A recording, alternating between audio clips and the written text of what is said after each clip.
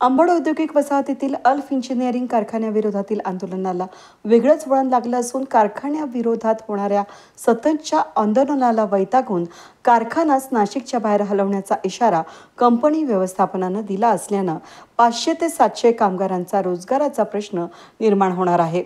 अंबड औद्योगिक वसाहतीतील अल्फ इंजिनिअरिंग कारखान्याचे अतिक्रमित केलेले बांधकाम काढावं यासाठी युवा स्वाभिमानी पार्टीचे जिल्हाध्यक्ष संतोष शर्मा यांनी गेल्या 6 दिवसांपासून बेमुदत उपोषण आंदोलनाचा हत्यार उपसले।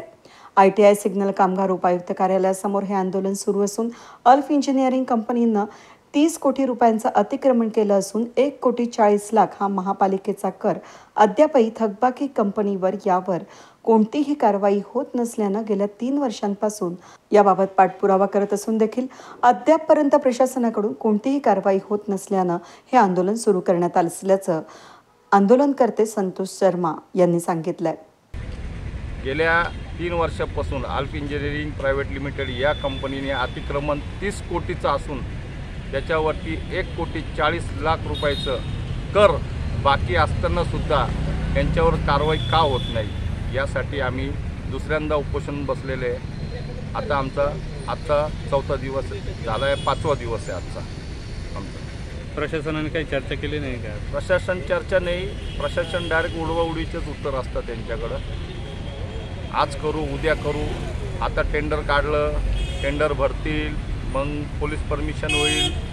आता यांच्या सगळ्या कारवाईला 3 वर्ष झाली, तर आता कधी कारवाई होईल हा सगळ्यात मोठा प्रश्न निर्माण झाला आहे। याच्यासाठी आम्ही मुख्य कार्यकारी अभियंता त्यांना नाशिकमध्ये आणण्यासाठी निवेदन दिलेलं आहे की त्यांना आणा आणि आमच्या प्रश्नाला मार्गी लावा। संतोष शर्मा हे कंपनीचे कोणतेही कर्मचारी किंवा ठेकेदार नसताना देखील कोणत्या उद्देशाने ते कंपनीवर आरोप करत असून अतिक्रमणाची पेनल्टी महापालिकेला भरत असल्याचा निर्वाळा कंपनीकडून देण्यात आलाय। अतिक्रमित जागेमध्ये कंपनीकडून कोणत्याही प्रकारचं उत्पन्न घेतलं जात नसून फक्त स्टोरेज आणि मालाची चढ उतार करण्यासाठी याचा वापर होत आहे। तरीही कोणत्या उद्देशाने हे आंदोलन केलं जात असल्याचं कंपनी व्यवस्थापन याबाबत अनभिज्ञ आहे आणि तरीही कंपनी लवकरच अंबड औद्योगिक वसाहतीत नव्या जागेचा शोध घेत असून पावसाळ्यानंतर शिफ्ट करण्याचा विचार आहे।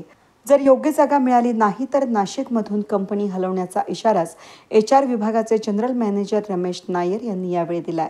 ये जो अभी धरने पे बैठे हुए हैं संतोष शर्मा, इनके बारे में मैं ये कहना चाहूँगा कि इनसे कंपनी का कोई संबंध नहीं है। ये ना कभी कंपनी के एम्प्लॉय रहे हैं, ना किसी भी तरह से इनका कोई संबंध है। ये दूसरी बार जाके एल्फ इंजीनियरिंग के खिलाफ धरने पे बैठे हैं और उनका उद्देश्य क्या है ये अभी तक हमारे समझ के बिल्कुल परे है।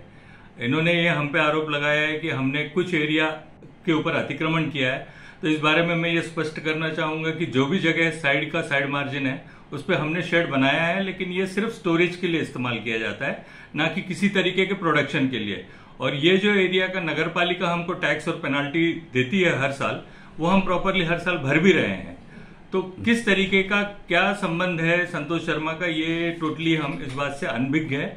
और हमने दूसरी तरफ ये जगह कुछ रेंट पे लेने की कोशिश भी की और ले भी रहे हैं हम, जिसमें कि बहुत जल्दी हो सकता है ये बरसात के बाद, जैसे ही बरसात खत्म होता है, हम ये हमारा जो काम है बहुत हद तक शिफ्ट करेंगे। हो सकता है इसमें से कुछ काम हम नासिक के बाहर भी लेके जाएंगे, लेकिन उससे जो परिस्थिति का निर्माण होगा हो सकता है यहाँ के लोगों के लिए तकलीफदेह होगा। 500-700 लोगों का रोजगार अगर चला जाता है तो यहाँ के लिए, नासिक के लिए और यहाँ के लोगों के लिए ये शायद दुखदायी उनके और उनके परिवार के लिए होगा और ये बहुत खेदपूर्ण होगा। तो यही एल्फ इंजिनिअरिंग का स्टँड आहे। कंपनी विरोधातील या सततच्या आंदोलनामुळे या ठिकाणच्या 500 ते 700 कामगारांच्या रोजगाराचा प्रश्न निर्माण होणार असल्यानं प्रशासनानं या प्रश्नाकडे गांभीर्यानं बघण्याची गरज असून हा प्रश्न उपस्थित होत आहे। वेद न्यूजसाठी प्रतिनिधी कमलाकर तिवडे, अंबड।